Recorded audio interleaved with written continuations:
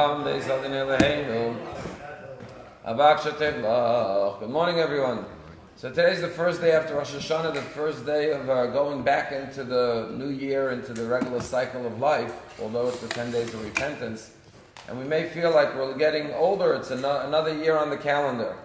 And there was a great line I once heard someone say, it's okay to get older, just don't get old. One of the prayers we say throughout the 10 days of repentance, when we open the Ark and the Shema Koleinu, is Al Tashlichenu Le'zikna. God, don't cast us away in old age. Kechlos Kochenu, when our strength is waning and weakening. Al Tazveinu, do not abandon us. But there's another way to interpret this verse, and that is, God, don't cast me away in old age. Don't let me become old. What does it mean to become old? Don't allow me to develop the mindset of an old person. What's the difference between a mindset of a young person and an old person? A young person thinks everything's possible. If I don't like something, I could change it. I'm young. An older person sometimes gets set in his or her ways and thinks, this is it. It is what it is.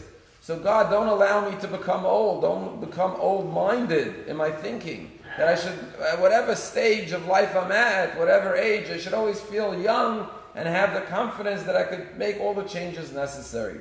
It's a very interesting law. It's in Jewish law, and the Rambam says as follows. A man comes over to a woman and says, here, I want you to be my wife.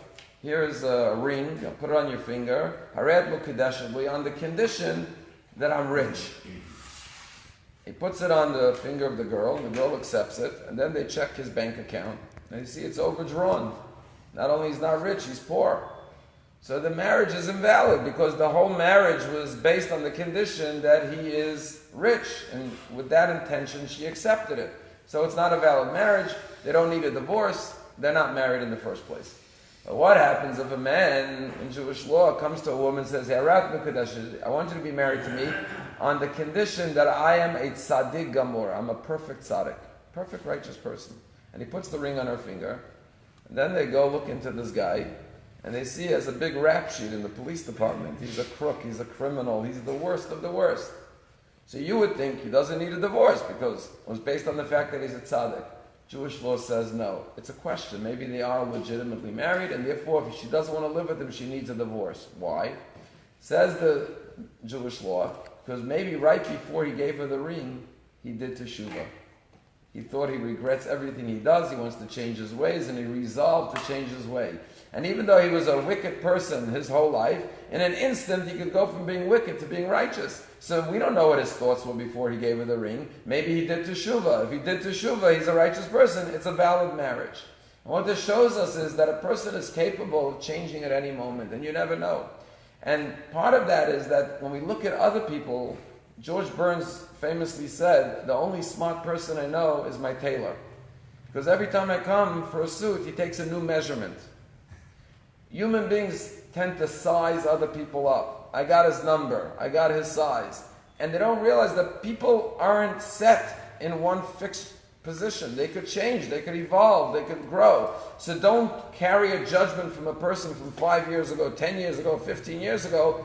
In an instant, the Talmud is saying they could change their whole life around.